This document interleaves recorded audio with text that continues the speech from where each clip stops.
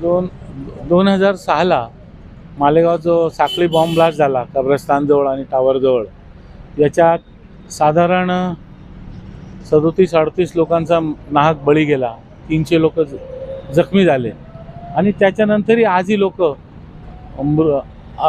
अर्ध मेलेल्या अवस्थेत जगतायत. त्या ब्लास्टमधले स्प्लिंटर्स त्यांच्या बॉडीत अडकून आहेत. पण याच्यात दोन आरोपींचे 2 गट अटक करण्यात आले. पहिले एका गटाला निर्दोष सोडलं, आज दुसऱ्या गटाला निर्दोष सोडलं. मग आमच्यासमोर प्रश्न असा आहे, बॉम्ब ब्लास्टचं घडलेलं आहे आणि 2 प्रकारचे आरोपी तपास यंत्रणेने न्यायालयासमोर सादर केले, ते दोघेही निर्दोष झाले. मग नेमका हा ब्लास्ट केला कोणी, ही घटना घडून कोणी आणली, याच्या मागचा सूत्रधार कोण, आरोपी कोण?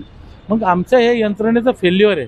मग हे जाहीर तरी केलं पाहिजे शासनाने, गृह खात्याने, का ह्या बॉम्ब ब्लास्टचं दुर्दैवाने आम्हाला तपास लावता आला नाही, सगळे आरोपी निर्दोष होते, किंवा आम्ही मॅनिप्युलेट होतो, हा प्रश्न आम्हाला सतवतो आहे.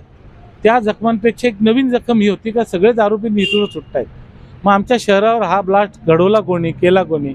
म्हणून आमच्या यंत्रणेला विनंती आहे का मालेगावात प्रत्येक घटनेकडं हिंदू मुस्लिम या दृष्टिकोनातून न बघता त्याच्यात खऱ्या अर्थानं आरोपींचा शोध, खरे आरोपी समोर आणून त्यांना शिक्षा दिली गेली पाहिजे. नाहीतर लोकशाहीवर प्रश्नचिन्ह निर्माण व्हायला लागलेलं आहे, न्यायव्यवस्थेवर प्रश्नचिन्ह निर्माण झालेलं आहे आणि तपास यंत्रणेवर, जी ऑलरेडी तपास यंत्रणेला तर बायस्ड म्हणायला काहीच संकोच वाटत नाही आम्हाला, तपास यंत्रणाच घालमेल करणारी होती, त्याची दुष्परिणती ही झालेली आहे.